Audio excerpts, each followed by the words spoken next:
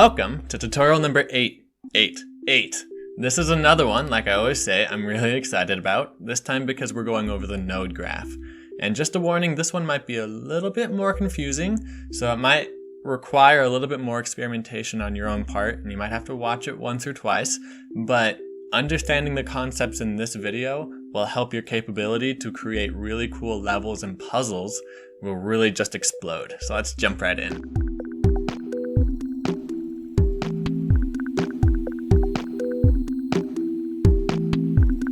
Alright, back in Unity again. We're jumping back into this level just for fun. And I'm going to teach you the node graph partially using this new asset that I've modeled. You can see that essentially it's this big yellow door that'll just fall, right? And using the node graph, I want to make this into a puzzle. So the first thing I'm going to need to do is make my node graph component. So here in the stone door drop, I'm going to add a component and just call it node graph. And this node graph component, this will house all of the programming I want to do to make this puzzle.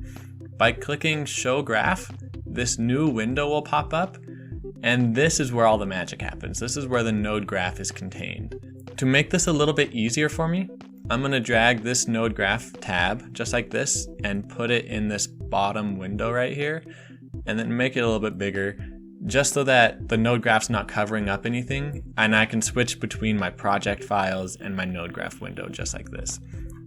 And the nice thing about the node graph is that it is programming, but it's a visual programming. So you don't need to know how to code, you don't need to know C++ or anything like that. All you need to know is what components to place and how to connect them. Now there are 3 different types of components that can go into your node graph that you need to be aware of.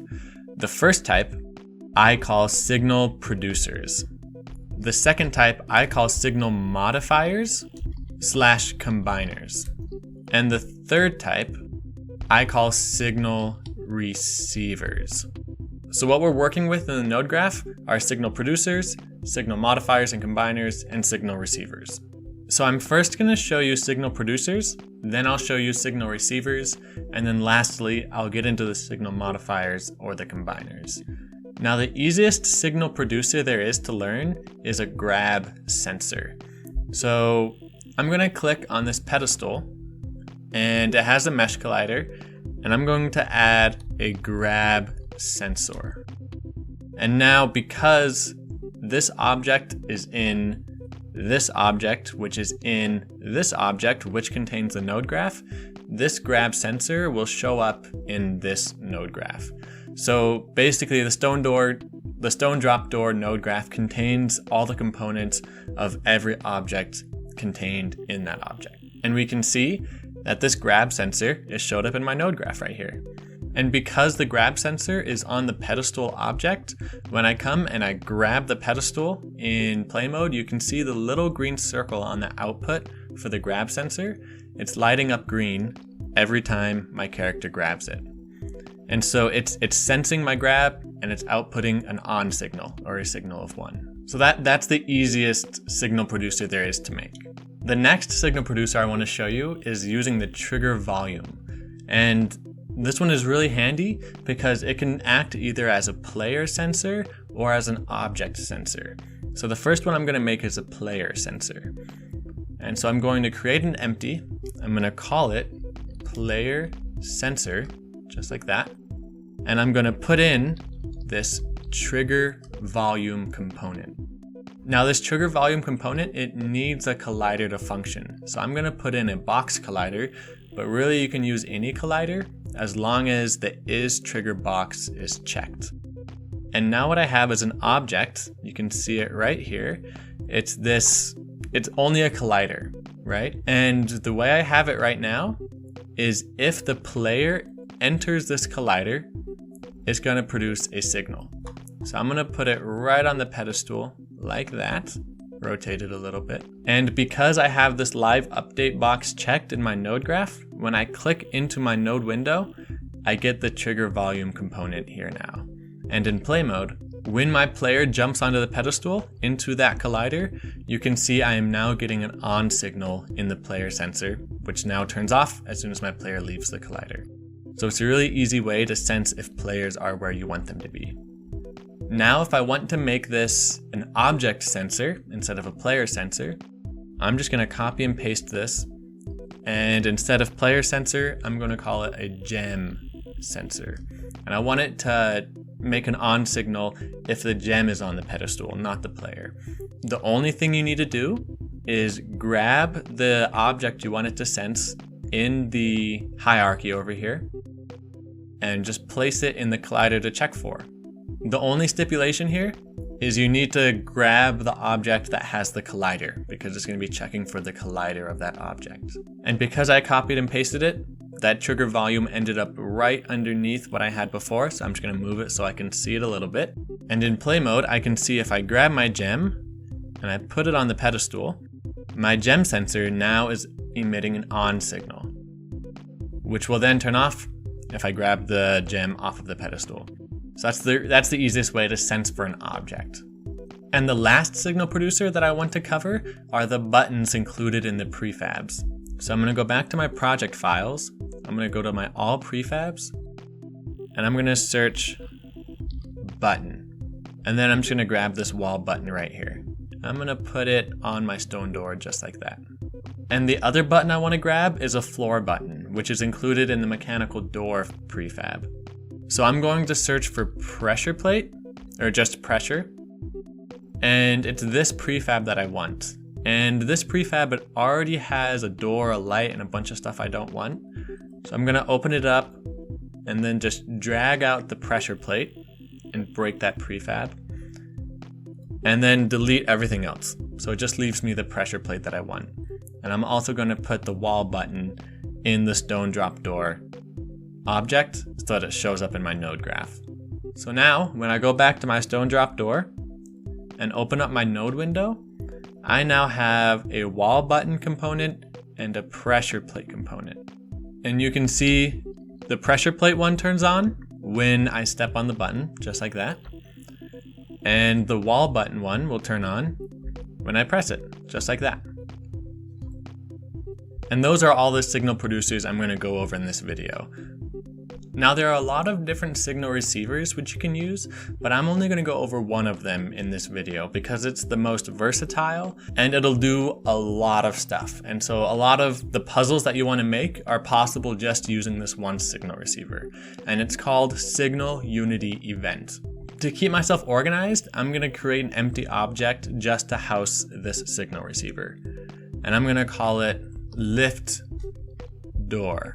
And I'm going to add the component Signal Unity Event, which will then appear in my node graph window, just like this. Now I want this Signal Unity Event to lift up the door when it falls. And the way I'm going to do that is I'm going to add a constant force node to the door. Now this constant force component is going to be new to you. It's a component which can just add, as it says, a constant force to an object with a rigid body. You can play around with these variables later, but I know that right now the force that I want is a force to lift up the door. And up is the Y direction, and so I'm going to give it a positive number in the Y value for the force. And I'm going to say 6,000. That's going to be enough force to lift up this door. And now in play mode, we can see that when this constant force component is on, the door is all the way up. But when I uncheck this box to turn it off, the door slides down. And so by turning it on, it's going to lift the door up. Turning it off, close the door back down. So what I'm going to do is I'm going to uncheck this box so that its default state is down. And in this signal unity event component for lifting the door, I'm going to add an event using this check mark right here. And I'm going to put the door in the object spot right there, saying I want this event to affect this door. And then here where it says no function, I'm going to change that to an event affecting the constant force. And I'm going to say bool enabled. And by checking this box, that means when this signal unity event receives a signal, it will do this event, which is to turn on the constant force on the door object. So I have this signal receiver worked out now. It's an event that I've set up. In order to give it that signal, I need to hook up one of these signal producers to that signal receiver, which is actually a really easy process. I'm going to start with the gem sensor. And by clicking this little white circle next to the output, I can drag this and connect it to this signal unity event, to this little white circle on the input for that event. And now you can see there's this blue line, which means the signal is coming from that producer and being received by that receiver, output to input. So in play mode, I can see that the constant force is not enabled for the door right now. But when I grab this gem and activate the gem sensor with it, the constant force was enabled and the door is now opening. And you can see right here, constant force is now enabled on that door, and the output is on, which leads through this line to the input of the signal unity event, turning on that event, lifting the door up. Now, if I remove this gem, that door stays up. Even though the event is turned off, there's nothing undoing that I turned on the door. So what I'm going to do is I'm going to duplicate this object, the lift door object, and I'm going to call it close door. And here in my node graph, I'm going to separate it just like this. And by clicking on the input for this signal unity event here, I'm going to eliminate that connection. Now, inside of this signal unity event for the closed door object, all I need to do is uncheck this box. And that means when this event is triggered, or when this signal receiver receives a signal, it's going to turn off the constant force on the door. So I'm going to hook up the wall button to this signal unity event. So now the gem sensor is going to lift the door up. The wall button will turn off that constant force, which will cause the door to go back down. Just like this. Door goes up when the gem is on. Pressing the wall button signals the other event, turns off the constant force, and the door will drop. And as you can see, these signal unity events can be used for a lot because they can basically turn on or turn off or adjust anything on any object. You can adjust variables on the game object by turning the object on or off. You can turn the rigid body kinematic or turn the kinematic off.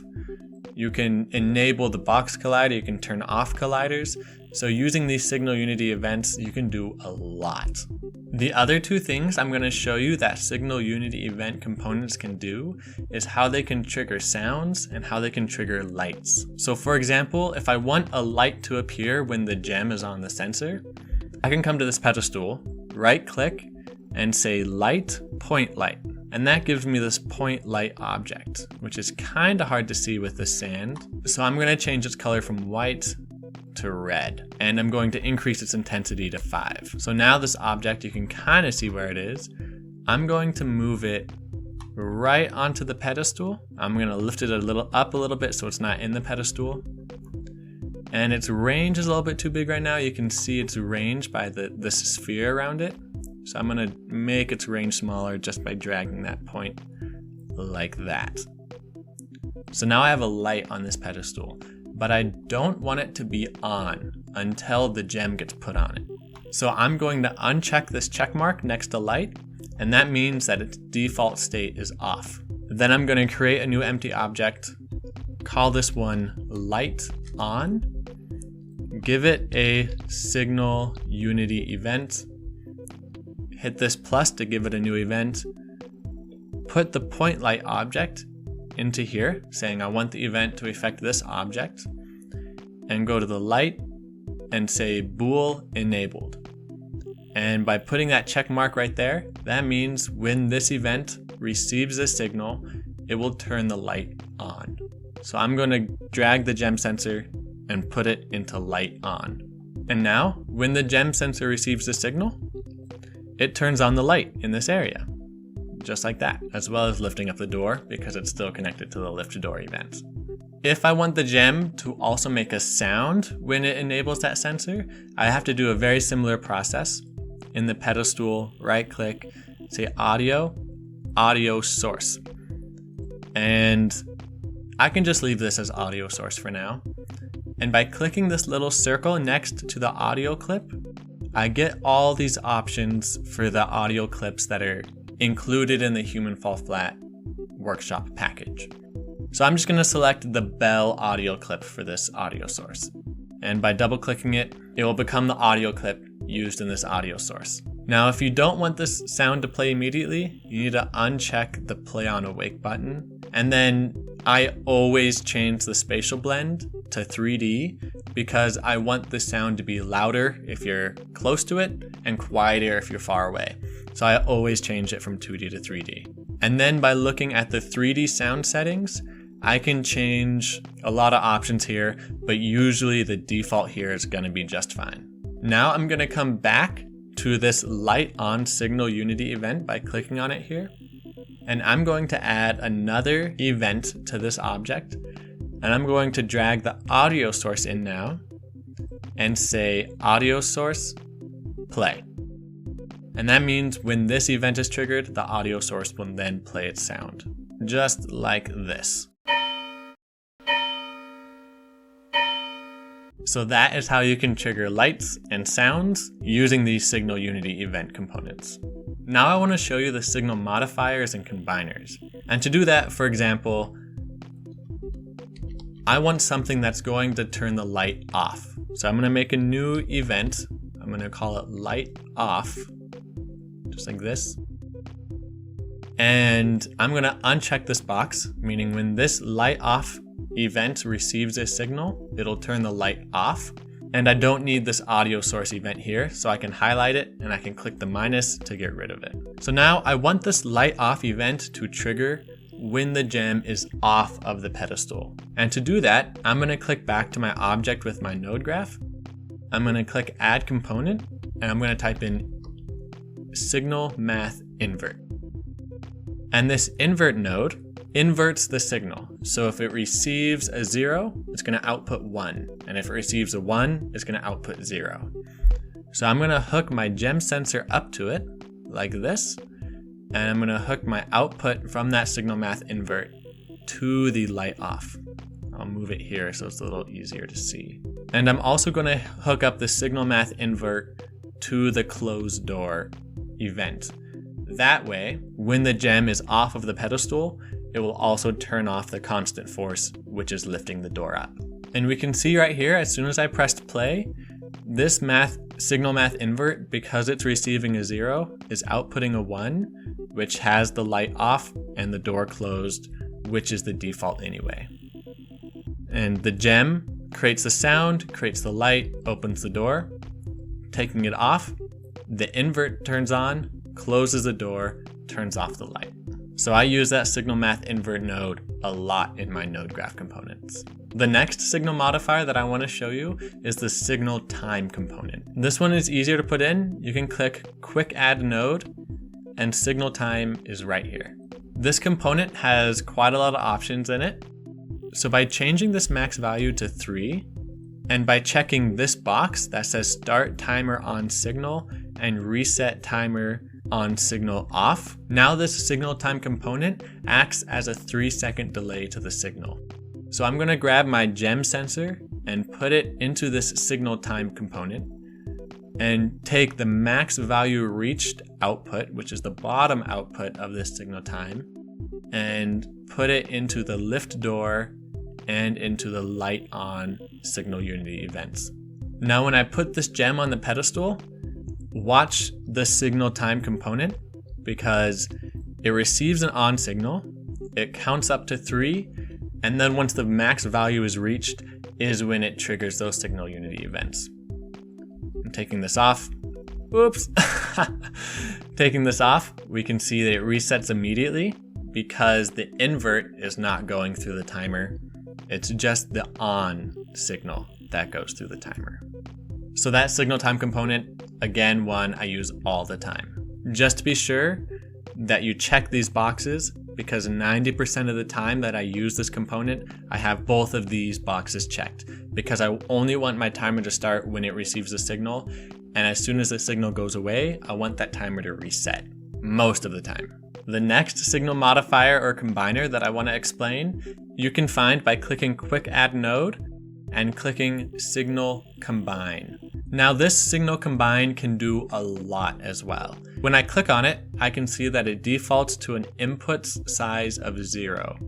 So I'm going to change this input size to 2, hit enter, and then hit refresh in my node graph, and it'll add as many inputs as I put here. So I could have 5 if I wanted. And when I refresh, it'll have 5 inputs. But I only want 2 right now. Refresh.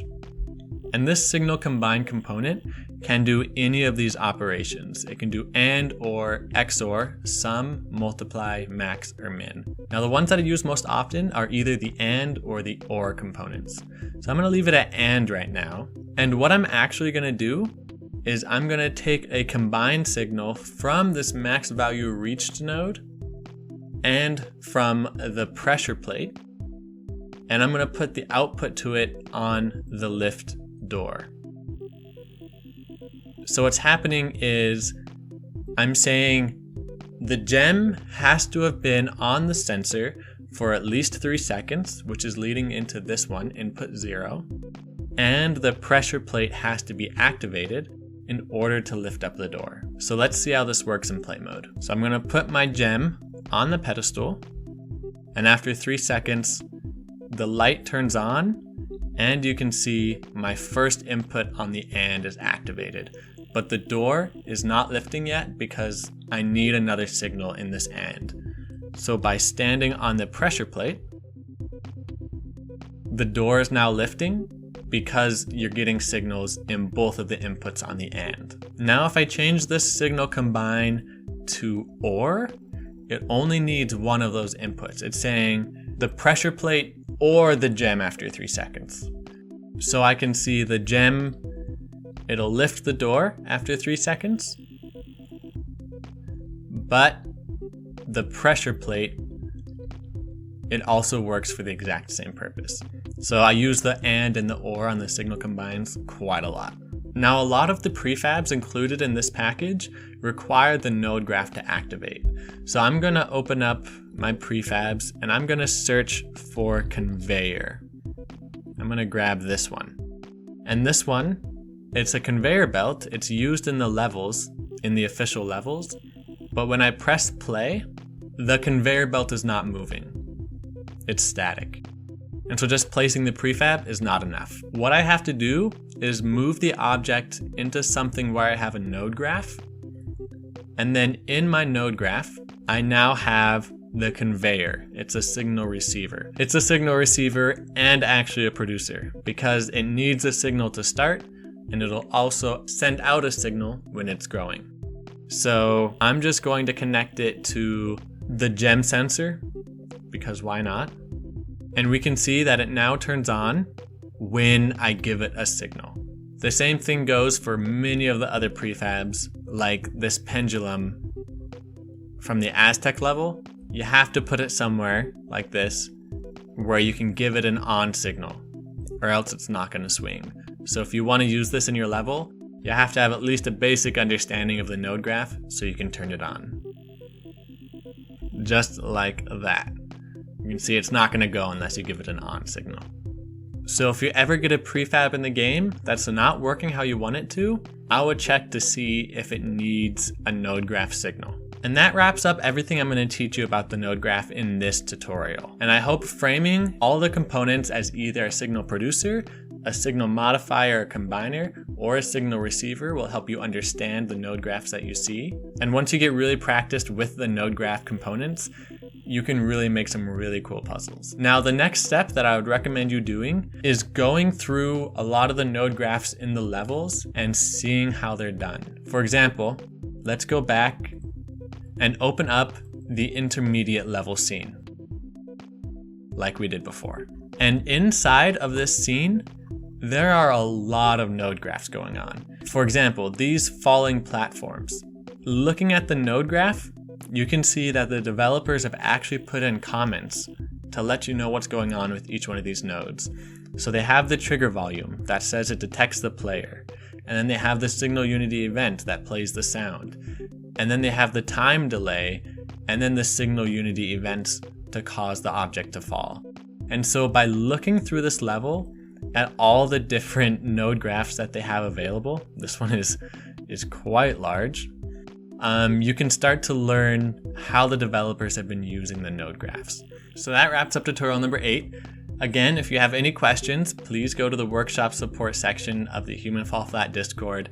We answer node graph questions every day, so you're not going to be the only one who has questions. And the key to node graphs is practice, practice, practice. And just try some, you'll get it. Our next tutorial is another one, like I always am excited about, because I'm going to be telling you how to design a level from start to finish and kind of the process you go through from getting an idea, getting it down, exporting it, and publishing it on Steam. And that's coming next Wednesday, so stay tuned.